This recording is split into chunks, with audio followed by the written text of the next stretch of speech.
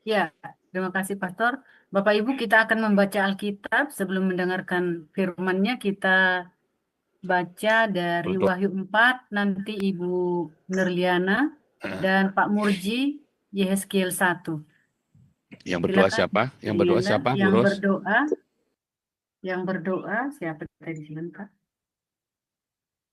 Pak Marcel ya. Bentar Pastor, saya ingin namanya. Oh, yang berdoa Bu Lindawati. Itu sudah tampil. Silakan Bu Lindawati berdoa.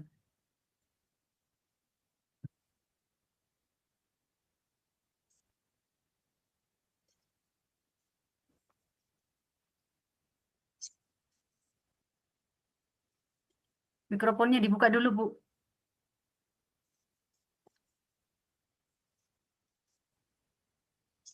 Baik, Bu Ros.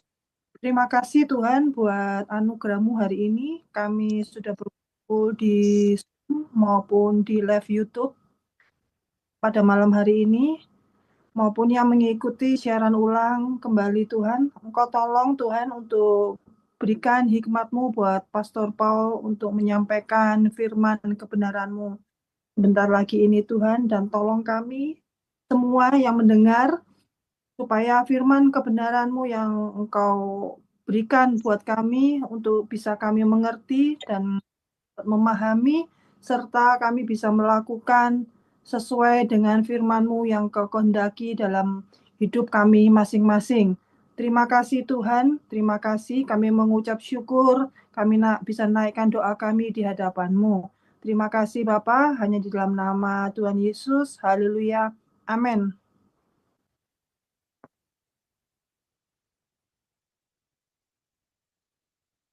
Silakan Bu Nerliana.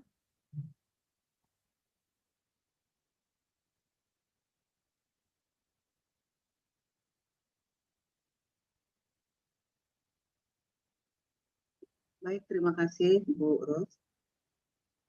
Wahyu 4 ayat 1 sampai 11, demikian firman Tuhan. Kemudian daripada itu aku melihat, sesungguhnya sebuah pintu terbuka di sorga, dan suara yang dahulu yang telah kudengar berkata kepadaku seperti bunyi sangkakala. Katanya, naiklah kemari, dan aku akan menunjukkan kepadamu apa yang harus terjadi sesudah ini. Segera aku dikuasai oleh Roh, dan lihatlah, sebuah tahta terdiri di sorga, dan di tahta itu duduk seorang. Dan dia yang duduk di tahta itu nampaknya bagaikan permata yaspis dan permata sardis.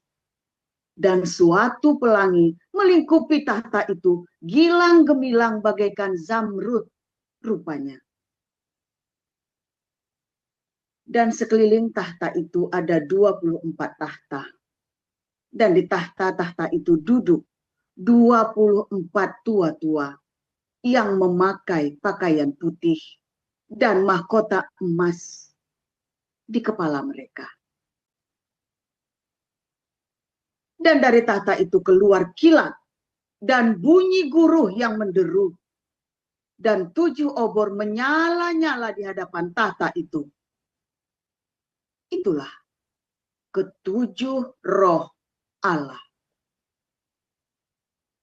Dan di hadapan tahta itu ada lautan kaca, bagaikan kristal di tengah-tengah tahta itu. Dan di sekelilingnya ada 4 makhluk penuh dengan mata di sebelah muka dan di sebelah belakang. Adapun makhluk yang pertama sama seperti singa, dan makhluk yang kedua sama seperti anak lembu, dan makhluk yang ketiga mempunyai muka seperti muka manusia, dan makhluk yang keempat sama seperti burung nasar yang sedang terbang. Dan keempat makhluk itu masing-masing bersayap 6 sekelilingnya, dan di sebelah dalamnya penuh dengan mata, dan dengan tidak berhenti-hentinya mereka berseru siang dan malam. Kudus, kudus, kuduslah Tuhan Allah yang Maha Kuasa, yang sudah ada dan yang akan datang. Dan setiap kali makhluk-makhluk itu mempersembahkan puji-pujian dan hormat dan ucapan syukur kepada Dia yang duduk di atas tahta itu dan yang hidup sampai selama-lamanya, maka tersungkurlah ke-24 tua-tua itu di hadapan Dia yang duduk di atas tahta itu, dan mereka menyembah Dia yang hidup sampai selama-lamanya.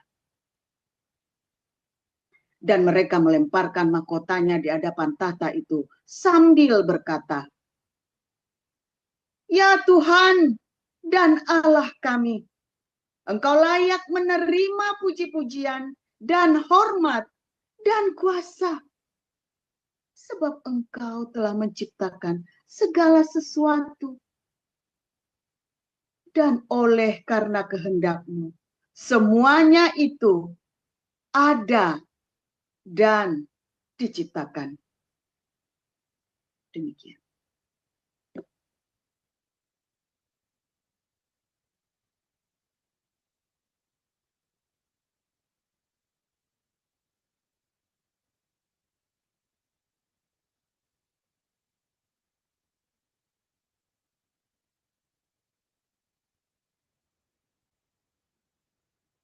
Silakan Pak Murji. YSKL 1. Mikrofonnya Bu Ros dibuka Pak Murjinya. Nggak bisa buka sendiri soalnya kan.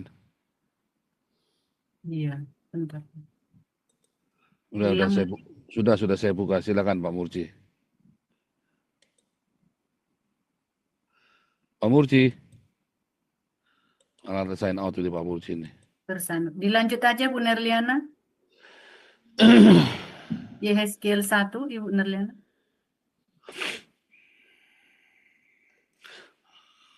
Bukan YSKL 1 ya, Wahyu ya. Tadi Wahyu 4, sekarang Wahyu 1, Pak. Oke.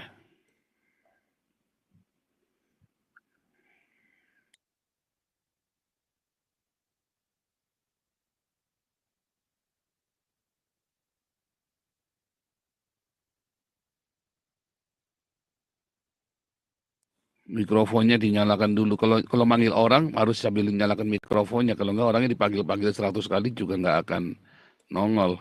Silakan Bu Neliana, mikrofonnya dinyalakan. Baik, Pastor.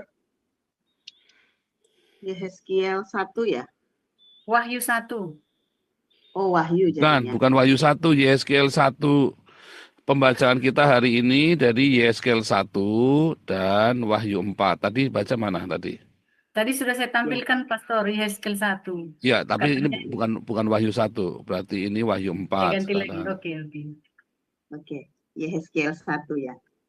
Sudah dibaca, YSKL 1 sudah dibaca belum? Belum. Pastor. Ya, YSKL 1 dan Wahyu 4 hari ini pembacaannya. Oke, baik Pastor. YSKL 1 ayat 1 sampai 28, demikian firman Tuhan. Pada tahun ke-30 dalam bulan yang keempat, pada tanggal 5 bulan itu, ketika aku bersama-sama dengan para buangan berada di tepi sungai Kebar, terbukalah langit. Dan aku melihat penglihatan-penglihatan tentang Allah. Pada tanggal 5 bulan itu, yaitu tahun kelima, sesudah Raja Yoyakin dibuang, datanglah firman Tuhan kepada Imam Yehezkiel, anak Busi, di negeri orang Kasdim, di tepi sungai Kebar, dan di sana kekuasaan Tuhan meliputi dia. Lalu aku melihat, sungguh angin badai bertiup dari utara dan membawa segumpal awan yang besar dengan api yang berkilat-kilat, dan awan itu dikelilingi oleh sinar. Di tengah-tengah api itu, kelihatan seperti swasa mengkilat. Dan di tengah-tengah itu juga ada yang menyerupai 4 makhluk hidup, dan beginilah kelihatannya mereka. Mereka menyerupai manusia, tetapi masing-masing mempunyai 4 muka, dan pada masing-masing ada pula 4 sayap. Kaki mereka adalah lurus, dan telapak kaki mereka seperti kuku anak lembu. Kaki-kaki ini mengkilap seperti tembaga yang baru digosok. Pada keempat sisi mereka, di bawah sayap-sayapnya, tampak tangan manusia. Mengenai muka dan sayap mereka berempat adalah begini. Mereka saling menyentuh dengan sayapnya. Mereka tidak berbalik kalau berjalan. Masing-masing berjalan lurus ke depan. Muka mereka kelihatan begini. Keempatnya mempunyai muka manusia di depan, muka singa di sebelah kanan, muka lembu di sebelah kiri, dan muka Raja Wali di belakang. Sayap-sayap mereka dikembangkan ke atas. Mereka saling menyentuh dengan sepasang sayapnya, dan sepasang sayap yang lain menutupi badan mereka. Masing-masing berjalan lurus ke depan, ke arah mana roh itu hendak pergi.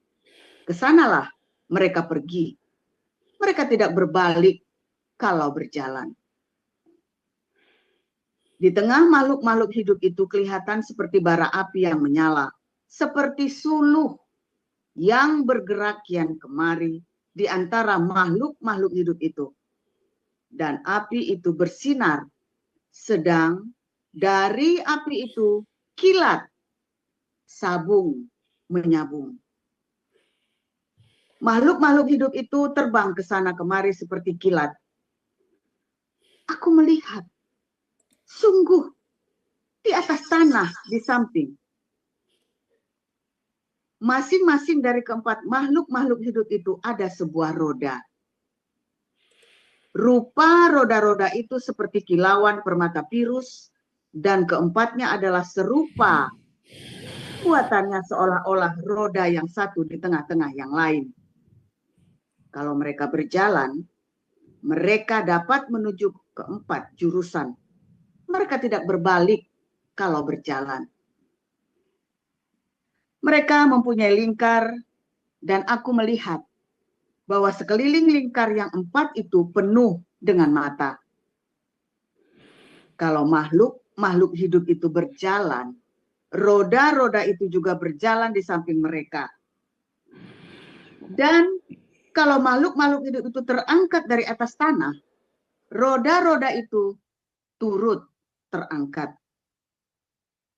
Ke arah mana roh itu hendak pergi, kesanalah mereka pergi.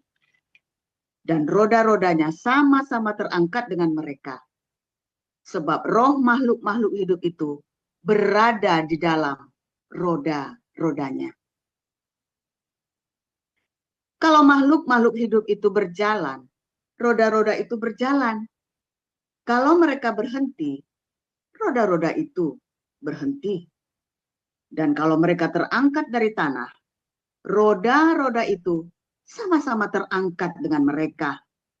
Sebab roh makhluk-makhluk hidup itu berada dalam roda-rodanya.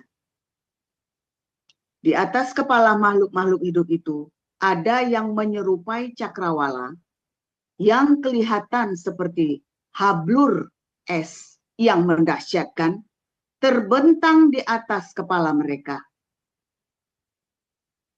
Dan di bawah cakrawala itu sayap mereka dikembangkan lurus, yang satu menyinggung yang lain, dan masing-masing mempunyai sepasang sayap yang menutupi badan mereka.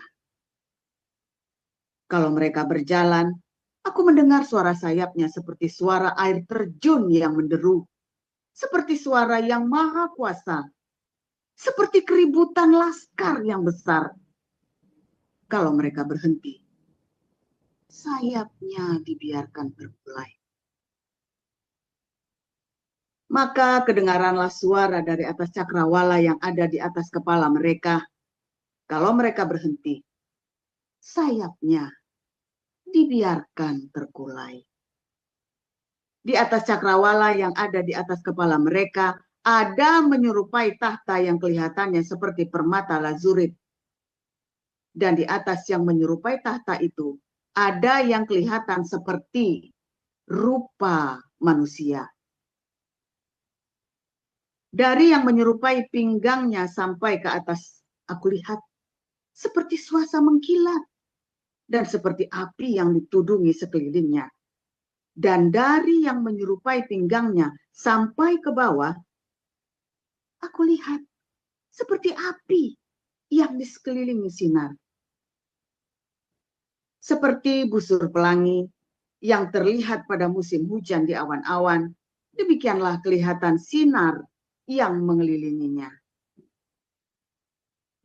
Begitulah kelihatan gambar kemuliaan Tuhan. Tatkala aku melihatnya, aku sembah sujud. Lalu ku dengar suara Dia yang berfirman. Demikian.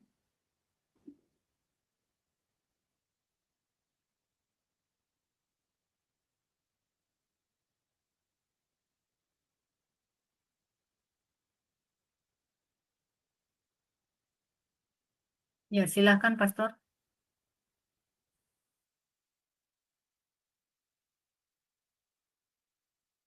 Haleluya, terima kasih Bu Neliana. Tadi Pak Muji tersign out ya. Terima kasih Bu Ros. Saya akan tampilkan ya, sebentar. Saudara, hari ini kita belajar tentang kerub ya, yang ada di dalam Wahyu 4, di dalam Yeskel, Wahyu 4 dan di dalam Yeskel 1 dan Yeskel 10 ya. Nah, sebentar saya belum mau ya. Gimana nih? Sebentar ya.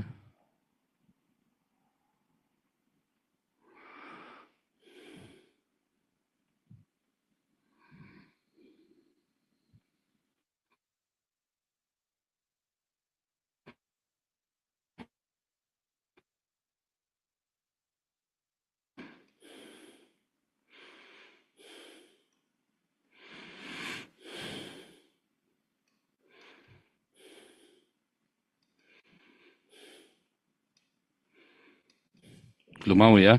Sebentar.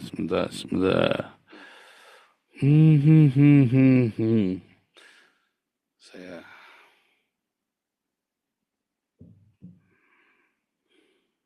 Oke, nah, masih mau sekarang.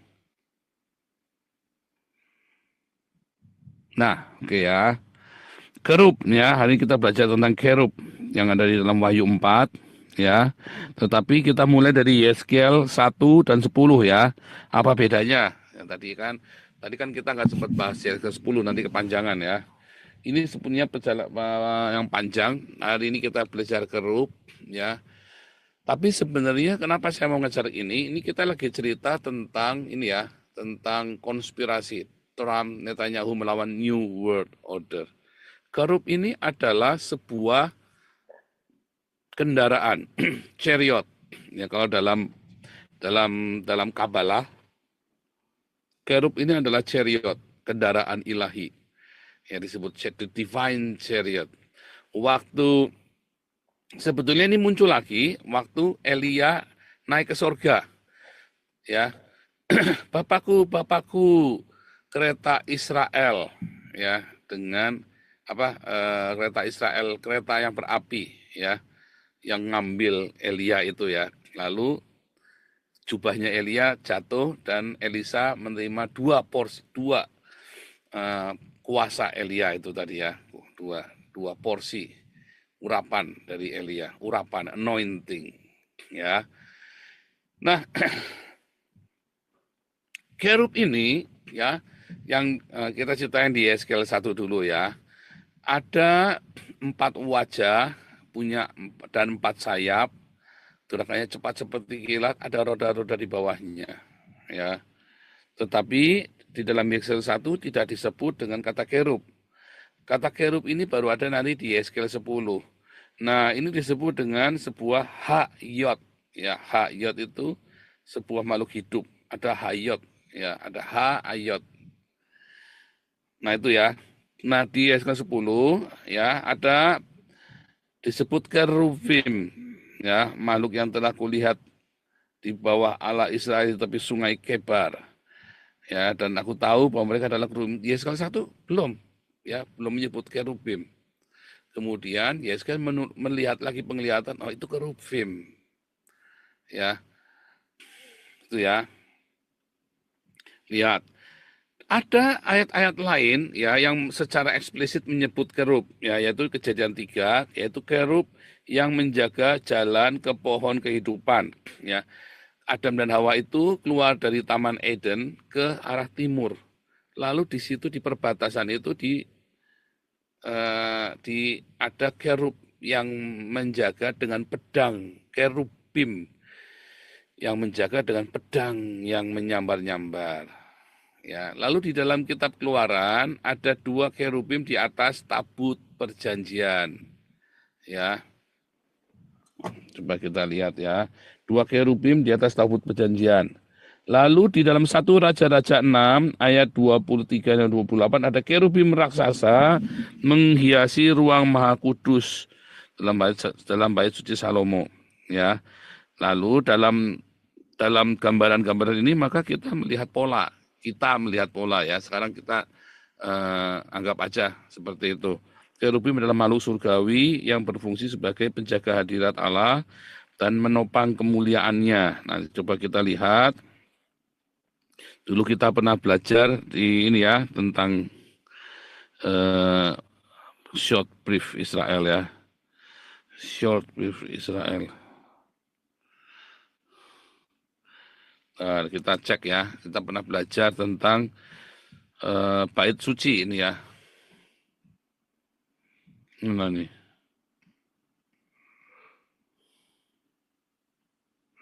Israel. Kenapa nih kalau mau sekali?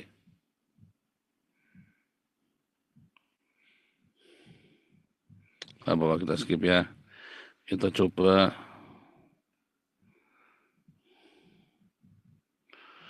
langsung kita cari saja. Cari nah ini ya, short brief Israel.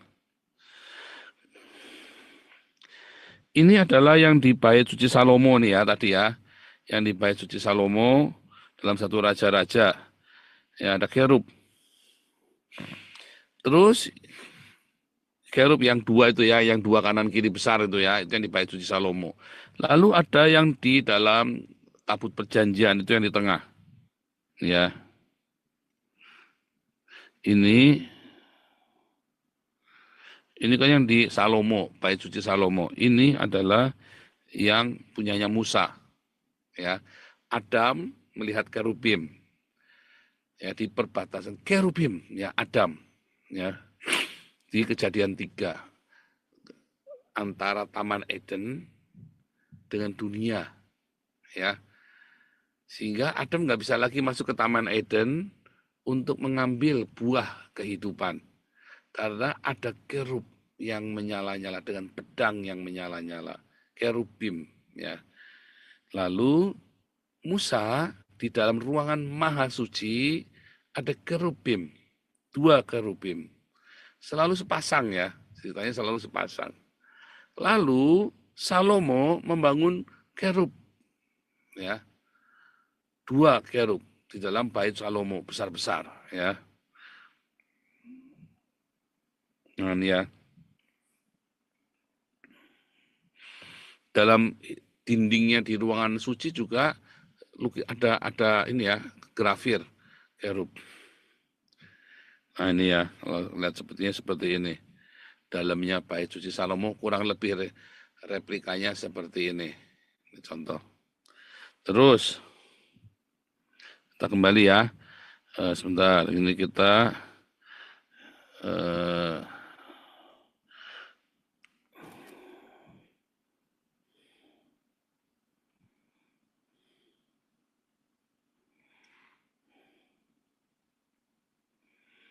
Nanti Pak nanti ya, supaya kita nggak usah bolak-balik kemari.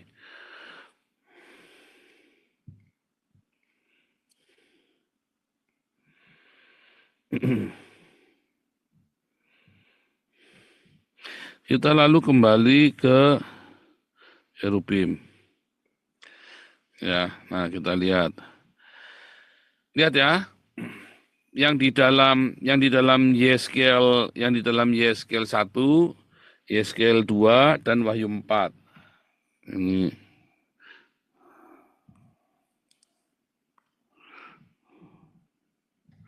Ini dalam Yeskel 1, Yeskel 10, ini yang dalam Wahyu 4. Ya. Dalam Yeskel 1 itu ada 4 makhluk hidup, disebutkan hayat. Dalam Yeskel 10 disebutkan ada 4 kerubim.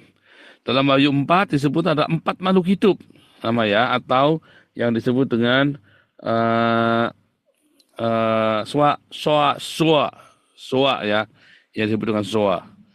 Makhluk hidup atau soa, kerubim. Lalu jumlah wajah bermakhluk ada 4 wajah. Wajah singa, lembu, raja wali. Ini juga sama, wajah manusia, singa, lembu, raja wali. Tapi di dalam Wahyu 4 ini juga tulisan manusia, singa, lembu, raja wali. Ya.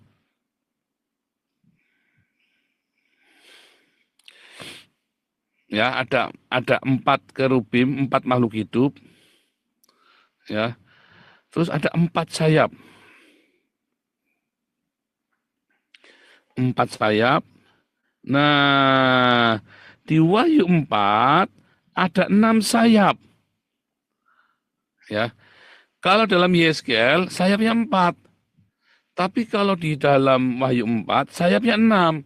Sama dengan serafim. Nah, nanti minggu depan kita belajar tentang serafim, ya. Dulu pernah belajar ya, tapi kita nggak detail. Nanti kita melanjutkan ya. Ada kerubim, ada serafim. Lalu geraknya bergerak lurus tanpa berbalik, cepat seperti kilat, sama. Tetapi dalam Wahyu penuh dengan pujian siang dan malam. Ya. Penampilan umumnya seperti manusia, ya. Seperti sama ya, semuanya penuh mata, tapi yang di ini penuh mata. Ya, penuh mata depan dan belakang, sama seperti serafim juga ya. Sama seperti serafim. Jadi yang di dalam Yeskel ini membedakan kerub dengan serafim, tetapi dalam Wahyu 4 kerub itulah serafim. Ya, dalam Wahyu 4 kerub itu ya serafim itu. Nah, kalau saya coba membuat AI-nya ya, nggak ada yang bisa bangun bagus ya. Kurang lebih ada rodanya di situ ya, tapi nggak seperti ini. Lihat ya, dan di tengah makhluk itu juga menyerupai 4 makhluk hidup, dan beginilah kelihatannya, mereka menyerupai manusia, tetapi ada 4 ya, 4 hayat ya, menyerupai manusia, masing-masing mempunyai 4 muka, masing-masing ada pula 4 sayap, kaki mereka lurus, dan telapak kaki mereka seperti kuku anak lembu. Ya, seperti kuku anak lembu. Terus ada lagi yang mengilustrasikan seperti ini ya, kurang lebih ya. Atau dengan kepala seperti ini ya. Tapi nanti kakinya tetap ini ya, seperti anak lembu. Tapi dia nanti menggunakan roda ini ya, dia naik di atas roda. Nah, ada lagi yang ilustrasinya beda lagi. Nah, kita sekarang mau bahas satu-satu ya, saudara ya. Di dalam Yeskel ada namanya kerubim. Ya, di dalam Yesaya ada namanya serafim. Ya, serafim. Ada namanya kerubim, ada namanya serafim. Tapi kita hari ini belajar tentang kerubim. Kerubim ini ada ditulis 1 ya, kerubim ada ditulis dalam kerubim ada ditulis dalam Kejadian Adam dan Hawa, ada ditulis oleh Musa, ada ditulis oleh Salomo, lalu dilihat oleh Yeskel, lalu ditulang oleh Yohanes. Ya kan? Adam dan Hawa, Musa, Salomo, Yeskel, Yohanes. Ketika Adam dan Hawa ini untuk menjaga pohon kehidupan. Musa adalah di ruangan Maha Kudus. Salomo adalah di ruangan Maha Kudus sama ya. Yeskel tiba-tiba turun Sungai Kebar. Ya kan? Tiba-tiba turun di Sungai Kebar. Lah Yohanes ada di sorga. Ya penglihatannya tadi kan. Coba kita buka tadi. Ya. Kalau tadi dia ada di mana tadi?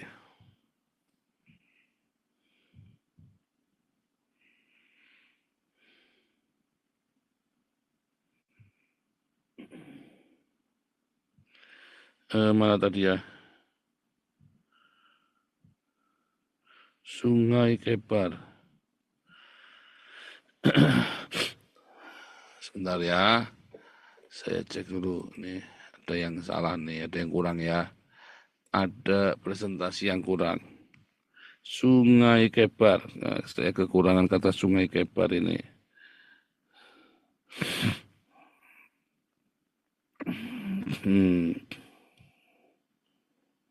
Ada yang kurang nih ya.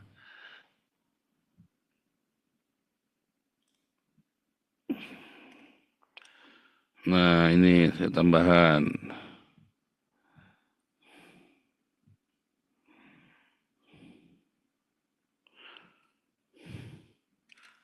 Oh, belum. Share screen-nya hilang, Pastor, dari Iya, layar. makanya lompat ini sebentar ya. Terima kasih. Lompat share screen-nya. Bentar. Sebentar.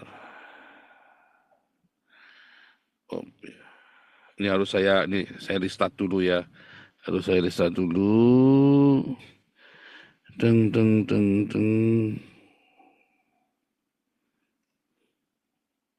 Sudah ketemu ya, tapi tidak bisa ya. Bentar ya, belum ya.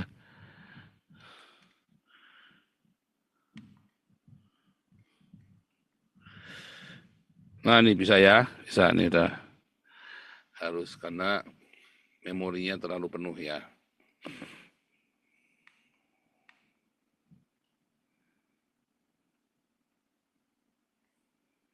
Ini ya tadi ya. Ini kan tadi ya.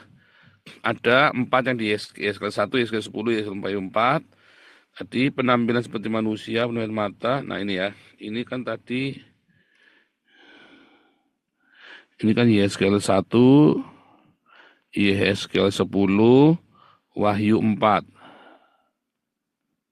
Nah ini ya. Lihat. Kalau di dalam YSKL 1 dan 10 ada roda ya, ofanim ya, ofanim ya. Ofanim ya, opanim. Panim itu apa? Wajah. Ya. Dari kata dasarnya kan semua di kata wajah. Di dalam YSKL 1 ayat 15 ya. Terus kalau tempat penglihatannya tadi YSKL 1 dan 10 itu kan YSKL 1 di Sungai Kebar ya, di Babilonia. Tetapi dalam YSKL 10 itu dia melihat apa? Di bait suci. Ya, surgawi. Kemuliaan Tuhan keluar dari bait suci. Nah, Yohanes juga melihat dari mana tahta surga. Ya.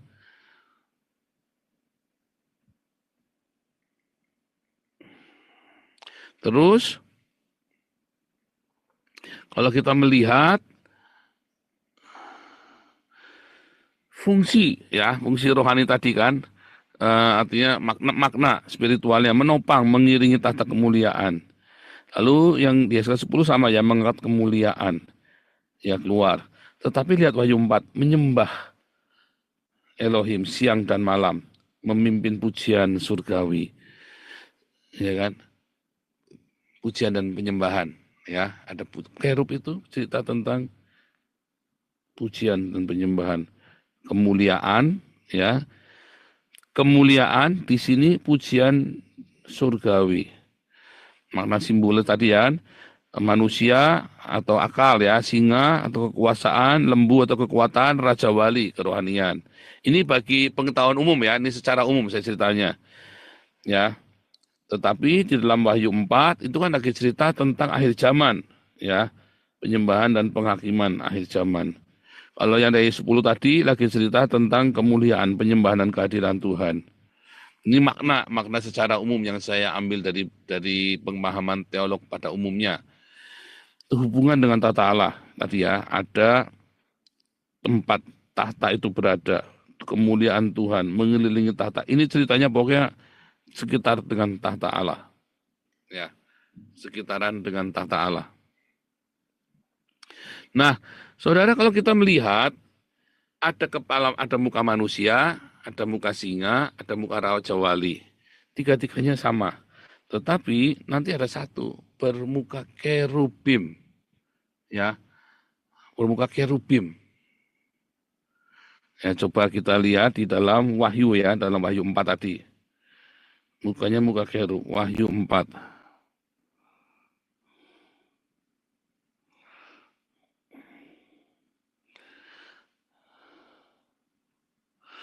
Lihat ya.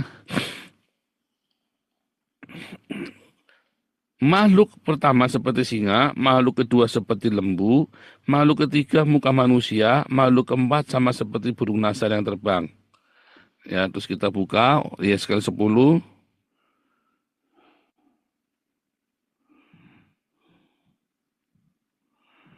Dalam Yeskel 10 itu lihat ya. 4 muka, muka kerub, muka manusia, muka singa, muka raja wali. Coba lihat, yang tidak ada apa? Muka lembu, ya kan? Dalam Yeskel 10 ini yang nggak ada adalah muka lembu.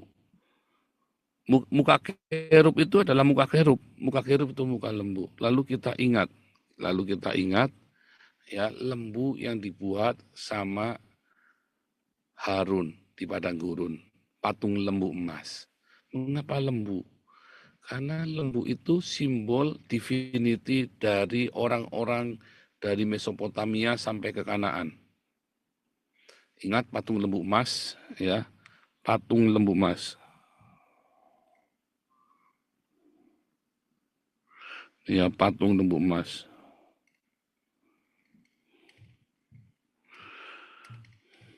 Yerobeam juga pernah membangun patung lembu emas ini ya.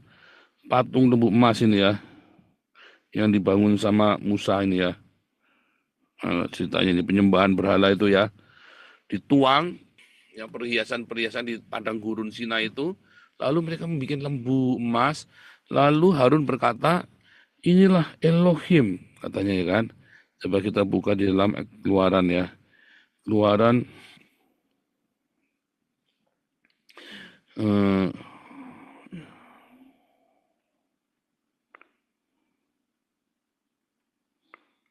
anak lembu emas ya, Keluaran 32. Ya kan? Lihat ini ya. Diterimanilah pada mereka bentuk pahat dibuatnya anak lembu tuangan. Berkatalah mereka, hai Israel, inilah Allahmu yang menuntun engkau keluar dari Mesir. Hai Israel, inilah Allahmu yang menuntun engkau keluar dari Mesir. Lembu emas. Loh.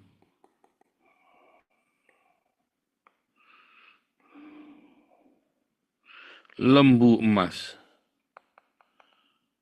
Ada 2 ya. Kalau lembu 2 aja. Sebuah ya, tadi ya. Ada lembu emas. Terus 2 yang kedua adalah besok adalah hari raya bagi Yehova. Jadi lembu emas ini dianggap sebagai Yehova. Mewakili, merepresentasikan Yehova. Lalu mereka sujud dengan Yehova buatan tadi. Tapi lucunya, lembu emas ini kemudian dibikin lagi sama Salomo di dalam bait suci Salomo kan. Anda melihat ada ketidakkonsistenan di situ. Musa kan marah kan, dimarahin sampai mereka dipaksa ya minum itu ya, emasnya itu diminum ya kan. Ya, anak lembu emas. Tetapi kalau kita lihat tadi di dalam satu raja-raja dibikin lagi ya. Di dalam satu raja-raja itu dibikin lagi di dalam ini Salomo nih. Nah, saya buka lagi.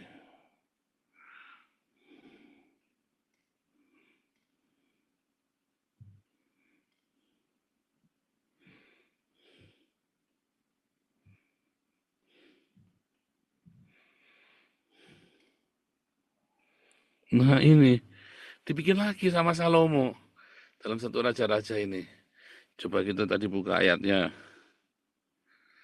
Di dalam satu Raja-Raja 6 ayat 23 sampai 28. Satu Raja-Raja 6 ayat 23.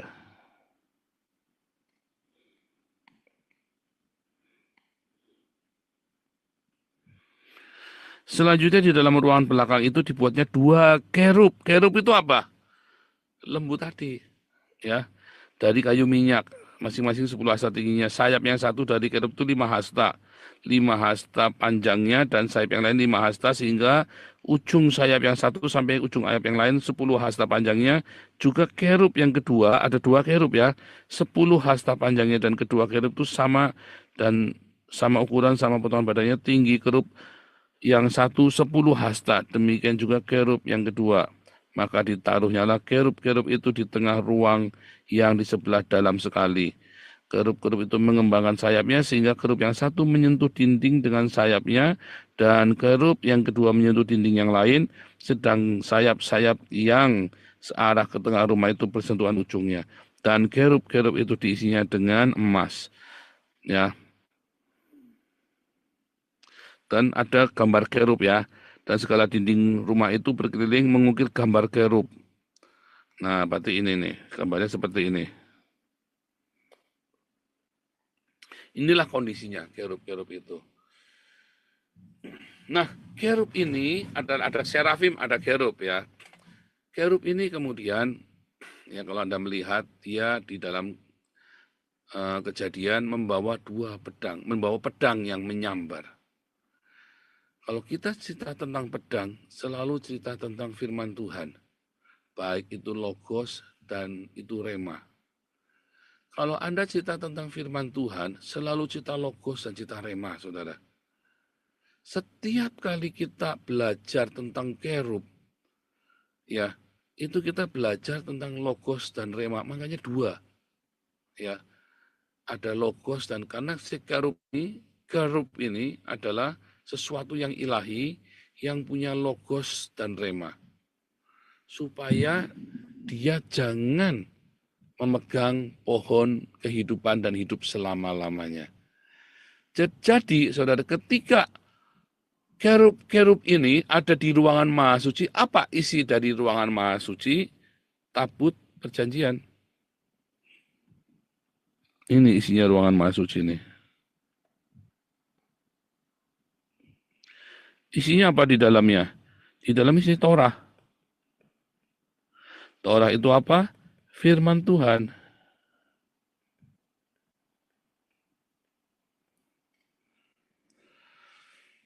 Ya. Maka ketika kita cerita tentang kerub yang berisi firman Tuhan, maka kerub itu menjaga firman itu. Apakah kerub itu sebuah makhluk? Bukan, itu gambaran. Gambaran dari makhluk. Gambaran dari sesuatu yang dirupakan dalam rupa makhluk, dan itu ada 2. Mengapa? Karena kerub ini juga menjaga dengan pedang yang menyambar.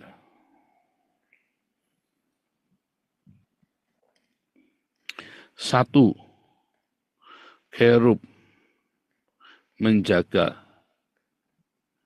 di Taman Eden untuk pohon kehidupan. 2, di kemah Musa, menjaga tabut perjanjian. Dua di dalam bait Salomo. Jaga sama tabut perjanjian ya. Dua ini isinya adalah Torah. Lalu terakhir ada Yehezkiel, yaitu di tahta Allah. Juga Wahyu. Yang keduanya cerita tentang tahta Allah.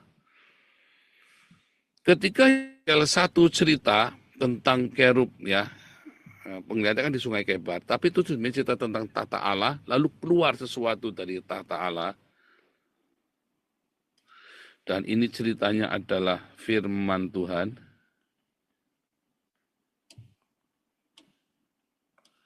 Ya kan, dengan pedang yang menyambar. Dengan pedang ya. Dengan pedang, lalu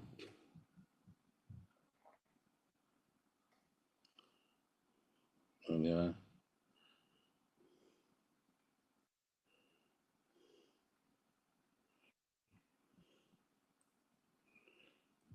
nah ini enggak mau, sebentar.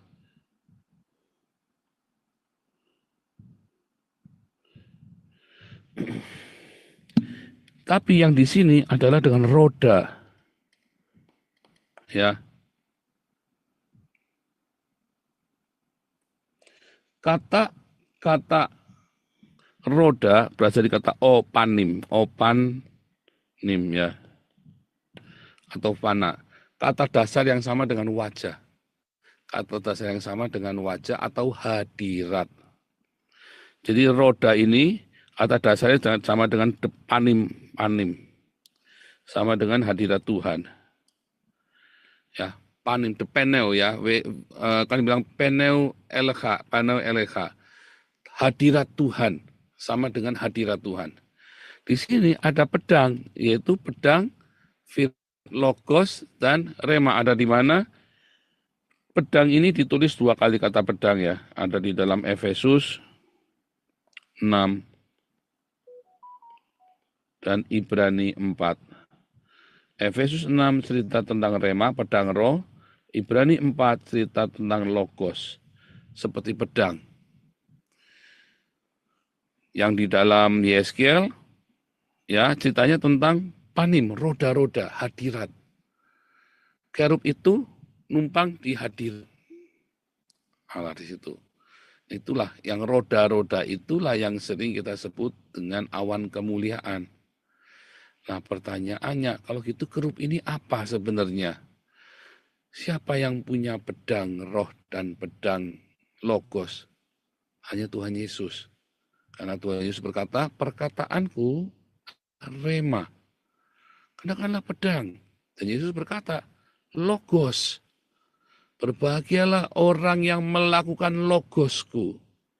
Ia seperti membangun di atas batu karang. Yang punya logos dan rema dan mengklaim perkataanku logos dan rema itu adalah Yesus. Itulah yang menjaga barang siapa, ya kan, percaya kepadaku dan menang, dia akan makan dari pohon kehidupan. Wahyu 12, sebentar kita simpan dulu supaya jangan hilang ya. Wahyu 21 ya. Lihat, kita buka Wahyu 21.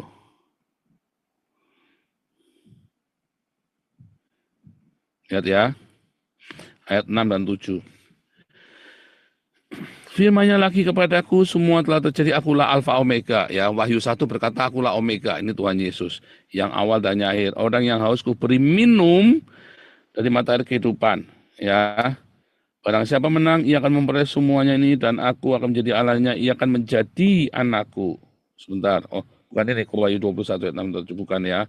Tetapi ada di, sebentar ya, Wahyu 22 ya. Nah ini ya, Wahyu 22.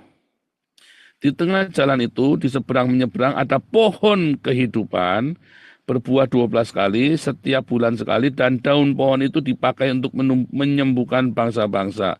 Maka tidak akan ada lagi laknat. Tahta Allah dan tahta anak domba ada di situ. Di tengah jalan-jalan, di tengah jalan kota itu, menyeberang sungai, ada pohon kehidupan. Ya. pohon kehidupan ini berkali-kali disebut di dalam Wahyu. Ya, ada salah satunya di dalam Wahyu yang ke bentar.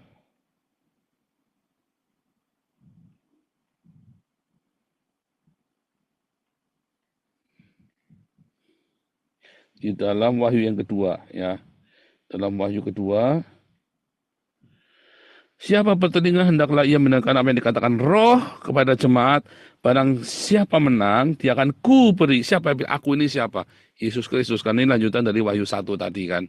Barang siapa menang, dia akan diberikan oleh Yesus makan dari pohon kehidupan yang ada di Taman Firdaus.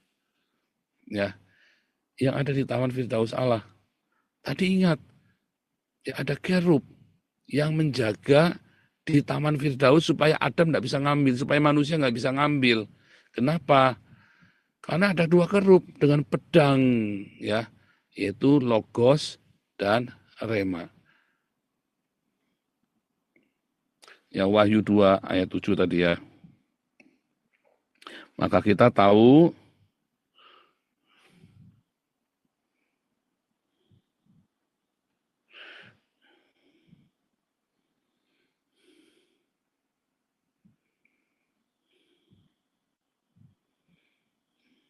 hampir selesai ya.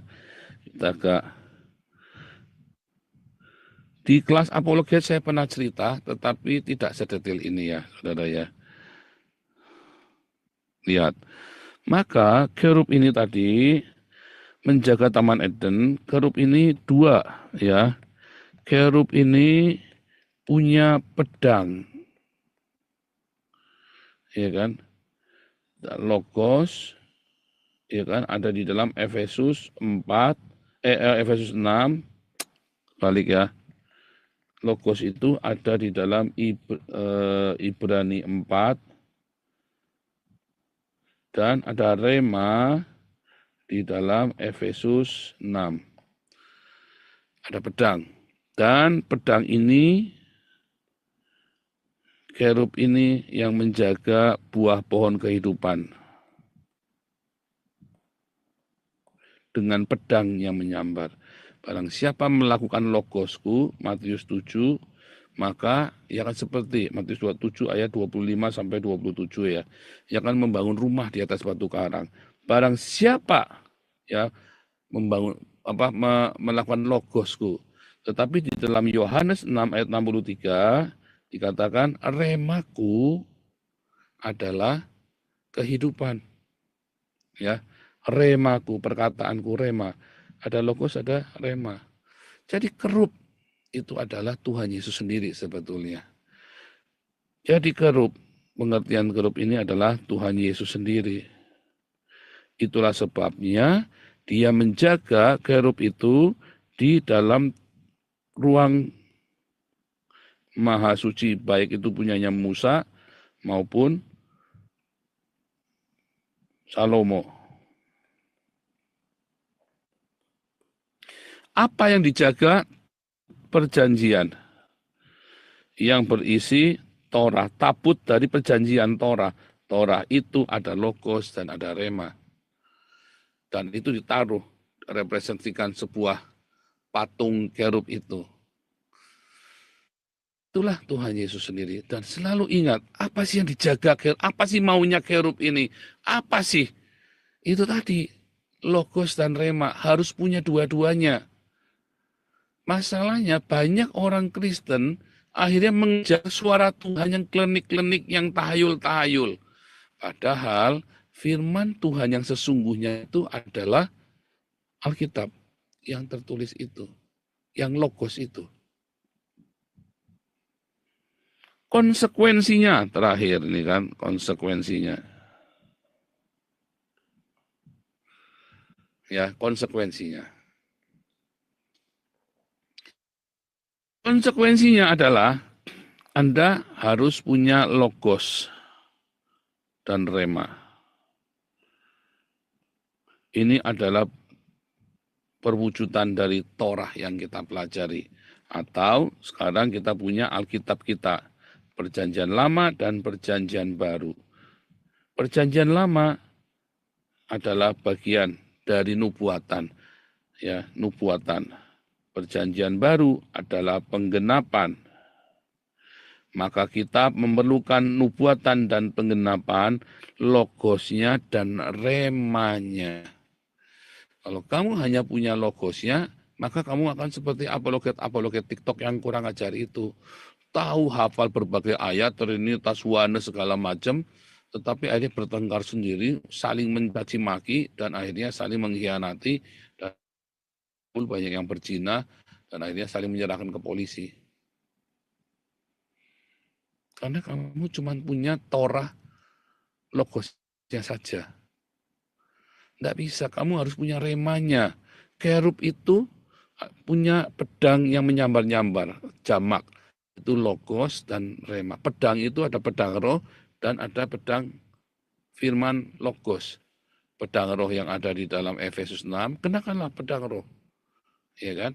Dan yang ada di dalam Ibrani, firman Tuhan, logos, adalah seperti pedang yang memisahkan antara akal budimu dengan hati nuranimu. Apa artinya kalau kamu mengklaim kamu punya rema, kamu rajin mendengar suara Tuhan, tapi kamu tidak punya logos? Bohong. Karena setiap rema yang kamu hasilkan harus berasal dari logosnya Tuhan Yesus. Kalau rema yang kamu hasilkan itu bukan berasal dari logosnya Tuhan Yesus, tapi dari statement-statementnya orang lain, dari logosnya orang lain, dari dogma, dari pengajaran, maka remamu nanti salah. Remamu tidak akan membawa remanya yang kamu dengar itu, yang kamu miliki, pedang rema itu, tidak akan membawa kepada pohon kehidupan. Makanya banyak sekali para apologet TikTok juga cerita, ngarang, cocokmologi, terus dia merasa, wah aku merasakan sukacita di dalam Tuhan, hidupnya berbuah. Kalau kamu datang kepada kerub ini, kamu tahu bahwa hanya kerub ini yang menjaga logos dan rema. Itulah aksesnya pedang itu.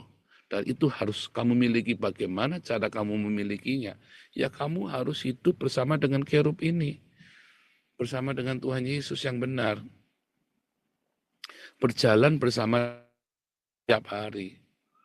Itulah sebabnya banyak sekali, ya kalau kita kaitkan tadi ya dengan gerakan evangelikal sama Hasidic movement ya.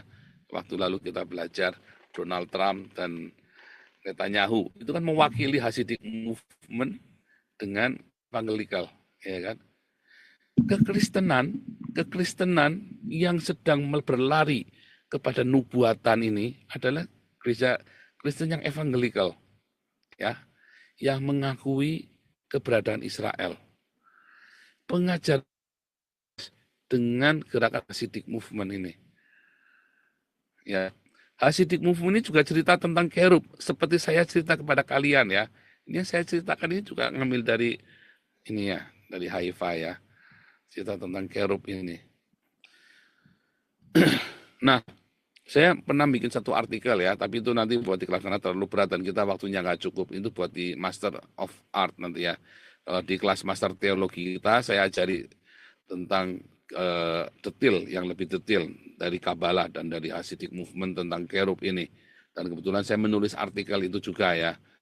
Nah, saudara, jadi kalau Anda punya logos, tetapi Anda tidak pernah meremakan logos itu, kamu akhirnya cuma tahu teori, kamu nggak bekerja. Tetapi ada orang yang merasa punya rema, sedikit-sedikit mendengar suara roh, tapi dia tidak suka logos, akhirnya ngawur. Dan itulah makanya banyak sekali gereja-gereja Kristen yang menentang Israel. Karena dia punya rema dari logos yang salah. Hati-hati saudara ya. Ketika Anda punya rema dari logos yang salah, wih serem kamu. Makanya kamu harus datang kepada Tuhan Yesus yang benar. Betul Bu Linda, remanya ikut-ikut. Latah. Remanya kamu latah. Paham latah? Ya kan, wah kamu ikut hingar-bingar ya. Gereja nih, pilih pantofel lagi heboh. Kamu ikut-ikutan tanpa kamu nggak ngerti. Oh ya jemaatnya Mel Atok dibaptis, jemaatnya Esra Suruh dibaptis. Ngapain dibaptis ulang? Ya, saya pernah satu ketemu di sini ya, Asilum ya, jemaatnya Mawar Saron. Dia dipaksa dibaptis ulang. Ngapain kamu dibaptis? Nggak, aku dipaksa kok, aku enggak mau, aku udah dipaksa karena udah rombongan rame-rame hari itu, saya sudah sampai tempat parkir, dikejar, ditarik. Lah daripada ribut lah saya dibaptis. Ya. Nah itu ya. Jadi konsekuensinya ya kamu tuh harus apa? Harus baca firman Tuhan tiap hari. Kamu tidak cukup kata Pak Pendeta, kamu baca sendiri. Saudara, kalau dalam apologetika ya, saya kan kuliah di Haifa. Dosen-dosen saya suka mengkaitkan dengan dogma dari gereja. Saya pernah mengkritik ya, dosen saya waktu itu kesel ya. Saya tanya, Prof, kenapa kamu ngambilnya Justin Martyr? Kenapa kamu ngambilnya dari Athanasius? Sedangkan Athanasius saja nggak bisa bahasa Ibrani. Tidak semua gereja mengakui Athanasius loh, Prof. Saya bilang begitu kan. Ya kesel ya. Karena ya itulah Kristen yang kami ketahui. Jadi yang dikritik oleh Yudaisme itu, oleh para rabi-rabi ini bukan perjanjian baru loh, saudara. Tidak ada satupun rabi yang mengkritik perjanjian baru loh. Belum pernah ada. Kalau ada orang gila, saudara ya. Ini rabi ini ngawur. Tapi saya belum pernah baca. Rabi-rabi Yahudi ini yang dia kritik adalah doktrin yang dihasilkan di dalam menafsir perjanjian baru. Maka hari ini kita belajar, ternyata rema yang dimiliki oleh gereja itu seringkali tidak berasal dari logos di perjanjian baru. Bahkan gara-gara gereja punya tafsir sendiri yang tidak sama dengan apa yang tertulis, maka orang Yahudinya nggak mau jadi Kristen sejak abad keempat. Karena gereja membuat sebuah batasan bahwa tidak boleh merayakan kalender Yahudi. Nah, disitulah kemudian gereja lost sama sekali, pemahaman Alkitabnya bablas. Karena dia tidak mengerti ketika perjanjian baru itu ditulis berdasarkan dengan perspektif orang Yahudi. Yang menulis perjanjian baru semua orang Yahudi. Ya kan? Kemudian bagaimana dia bisa menafsirkan Alkitab dengan benar, sementara gereja keluar larangan, tidak boleh merayakan perayaannya hal Alkitab dengan perayaannya orang Yahudi. Ya kan? 65 dan 435. Ya, ini ada namanya ya imperial law against Jewish ya. Salah satunya adalah gereja tidak boleh merayakan kalender Yahudi.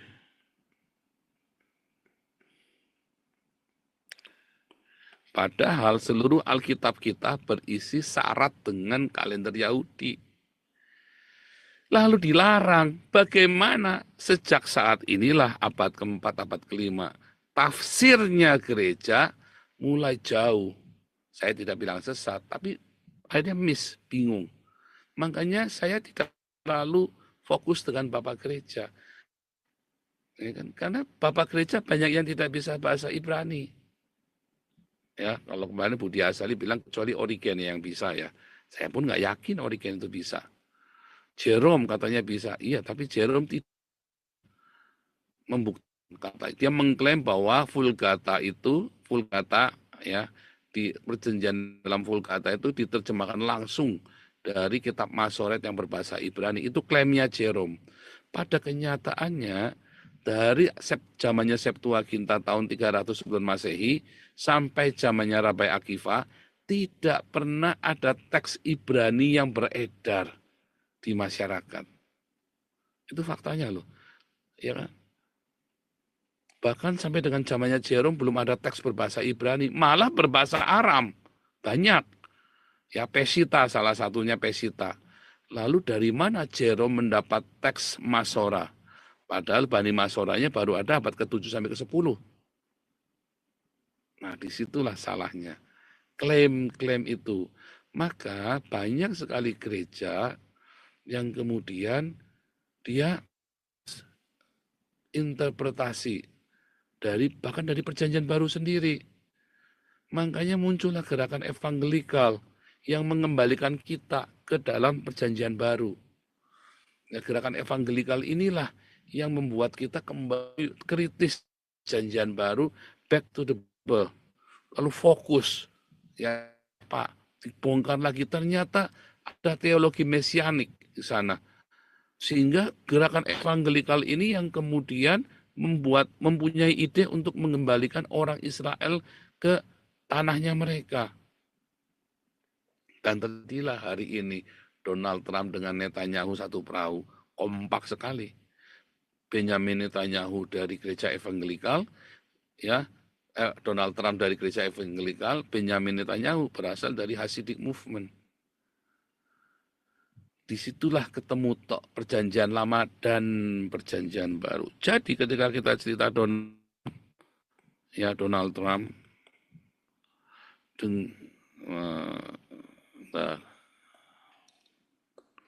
kita cerita Benjamin Netanyahu ini ya. Benjamin Netanyahu ini adalah perjanjian lama Hasidik. Sedangkan Donald Trump adalah perjanjian baru, gerakan evangelikal.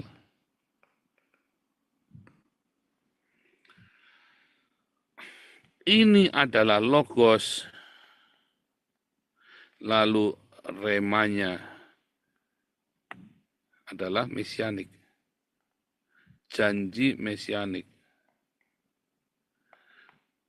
Ya, dan tentu saja ini adalah rema global. Tidak punya rema janji mesianik ini, yaitu kedatangan Tuhan Yesus yang kedua, ya, maka kamu sedang salah.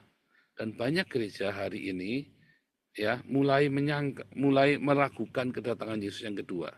Itu sejak kapan? Sejak abad keempat. Karena apa? Karena para ausia yang tertunda. Para ausia itu kedatangan Tuhan yang tertunda. Ya itu sumbernya dari mana? Dari David Bosch, bukunya David Bosch. Kalau Anda baca David Bosch ya. David Bosch. Ini sudah saya ajarkan di kelas evangelis ya. David Bosch.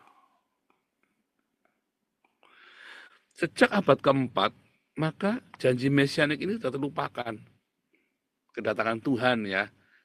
Orang sudah enggak banyak gereja melupakan. Bahkan gereja reform. Ya. Padahal Martin Luther itu selalu menceritakan ya, dengan Martin Luther sangat yakin bahwa di zamannya Yesus Kristus akan datang. Martin Luther itu sangat yakin sekali ya. Tapi nggak datang juga. Ya malah akhirnya Martin Luther malah ikut mempersekusi orang Yahudi. Nah, makanya gerakan evangelikal inilah yang mengembalikan ya PL bersatu dengan PP, logos dan rema ini. Nah, tapi dalam kehidupan sehari-hari bagaimana kita? Ya Anda dan saya, Anda harus selalu baca firman Tuhan setiap hari. Tanpa firman Tuhan yang Anda baca, mustahil kamu bisa mendengar suara Tuhan dengan benar. Tapi ketika Anda membaca firman Tuhan, Anda nggak bisa baca firman Tuhan cuman baca doang. Ya, cuman baca lalu buat eyel-eyelan. Kayak ini apologet TikTok ini. Anda harus mendapatkan rema. Bagaimana bisa mewujudkan rema itu? Ya nggak ada cara lain, harus dengan caranya Tuhan Yesus. Apa ia memberi makan? Jangan mengasihi musuh-musuhmu, memberi makan musuh-musuhmu. Makanya tadi gereja, kalau gerejamu banyak orang miskin dan gerejamu tidak bisa mengentaskan kemiskinan itu, gerejamu tidak akan pernah punya rema. Bohong kalau bilang mendengar suara Tuhan, pendetanya double talk, saudara. Gereja yang miskin, nggak dirawat, terus bilang pendetanya, saya dengar Tuhan Yesus berkata, bohong, double itu pendeta. Tak jamin double, bohong, kampret itu mulutnya busuk itu bohong. Saya jamin. Saya tidak mengajarkan kebencianmu, tapi tak kasih tahu. Seorang pendeta yang penuh dengan Roh Kudus, Dia tahu jemaatnya miskin. Pasti Roh Kudus berkata, jangan ada sampai ada orang miskin di gerejamu.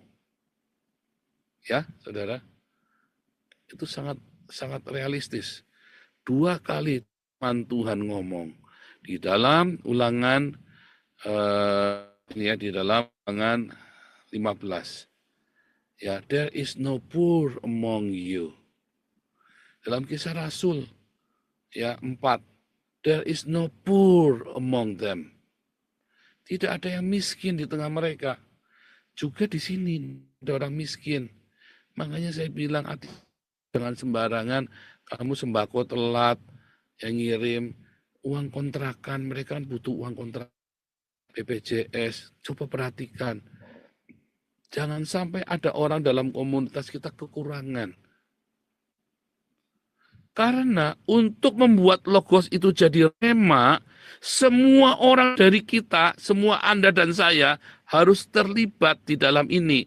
Ya, kita buka lagi saja ya ayatnya ya.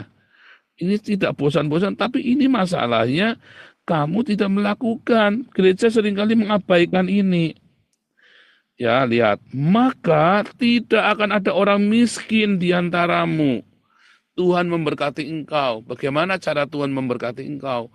Kira bara perlu buat, nggak bisa. Tuhan bilang kamu yang kudu kasih mereka. Ingat ketika Tuhan ngajar, lalu kasih. Tuhan bilang mereka lapar. Filipus bilang nggak ada uang kita loh. Beri mereka makan. Loh, nggak ada uang loh. Beri mereka makan. Makanya kemarin saya tegur pengurus Damaris. Nanti uangnya habis, enggak apa-apa. Uangnya habis cari lagi. Kalau enggak dapat ya berarti bubar, udah, enggak usah diterusin. Habiskan. Ya, tanya Pak Stephen deh. Pak Stephen tangkap yang saya maksud. Ya, cuman waktu itu kan ngeyel kan pengurusnya Damaris. Ya udah saya mau apa ya diam. Saya kan juga nggak bisa otoriter kan. Nah sekarang udah ganti pengurusnya Damaris, Ibu Linda. Ya kita buka semuanya. Berikan, habiskan. Di-manage, dihabiskan. Jangan ditimbun. Ya kan. Nyatanya sekarang balik lagi uangnya kita kok. Ya. Jadi nggak boleh. Di tengah kita juga sama ya. Sekarang Embun Pagi Dr. Ido ya sama Dr. Yuwono ya. Pembinanya Dr. Yuwono, ketuanya, ketua pembina, ketua operasionalnya Dr. Yuwono. Nggak boleh sampai ada beras terlambat, sembako telat, nggak boleh. Itu tanggung jawab kita loh. Kalau kita pengen diberkati dengan rema yang nggak boleh sampai ada orang miskin, nggak bisa bayar kontrakan rumah, sampai ya nggak boleh. There is no poor among us. Karena Kisah Rasul 4 ya.